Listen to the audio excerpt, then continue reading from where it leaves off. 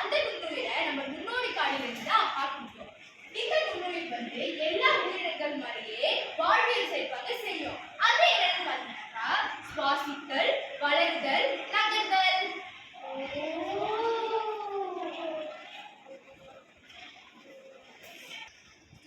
இப்ப நம்ம நுண்ணுயிரோட வகைகளை பார்க்க போறோம்.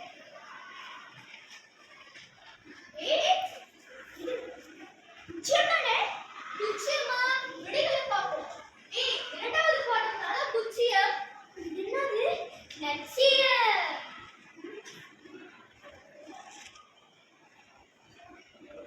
ஒன்னாவது பாடத்துல இருக்குது நச்சியம், இரண்டாவது பாடத்துல இருக்குது குச்சியம், மூணாவது பாடத்துல இருக்குது புரோட்டோசோவா, நாலாவது தான் வளர்க்கா, கடைசியா பூஞ்சனம்.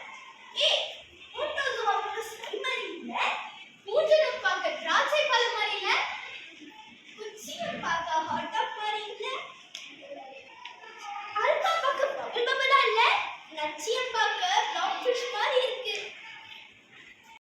நச்சியம் மூன்று வகைப்படும். அதாவது H1N1, கொரோனா, இபோலா. இந்த நச்சியம் மற்ற நுண்ணுயிரோட மிக சிறிய நுண்ணுயிர். இதை வந்து நம்ம நுண்ணோக்காட்டு தான் பார்க்க முடியும். இது விலங்குகள், தாவரம், மற்ற உயிரினங்கள் தான் வந்து தாக்கக்கூடியது இந்த நச்சியம். நம்ம குச்சியம்னா என்னன்னு பார்ப்போம். குச்சியம் வந்து காற்று, நீர், மண், தாவரம், விலங்கு கிட்ட இருந்து நம்ம பார்க்கலாம். இந்த குச்சியம் நிறைய வடிவத்திலும் நிறைய நிறங்களிலும் இருக்கும்.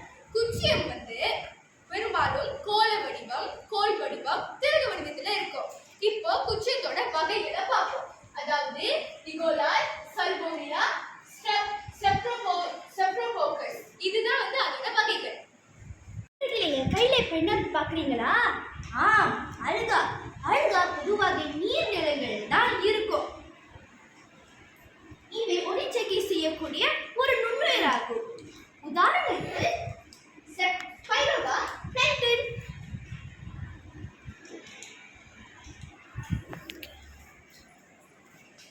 இப்ப நான் கையில என்ன வச்சிருக்கேன்னு பார்த்தீங்கன்னா இதுதான் பூஞ்சன வகையில வகைப்படும் நொடிமமாகும்.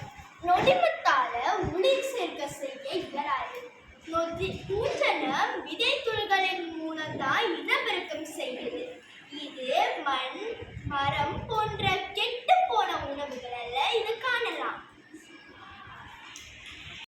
சொல்லிட்டோம்ல.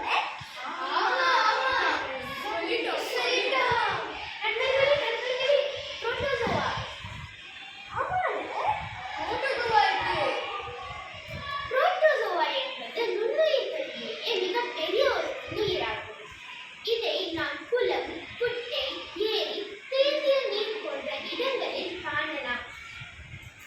புரோட்டோசோவா ஒரு ஓரணு உயிராகும். இதில் இரண்டு வகைப்படும். அதாவது அமீபா மற்றும் பர்மேசியம்.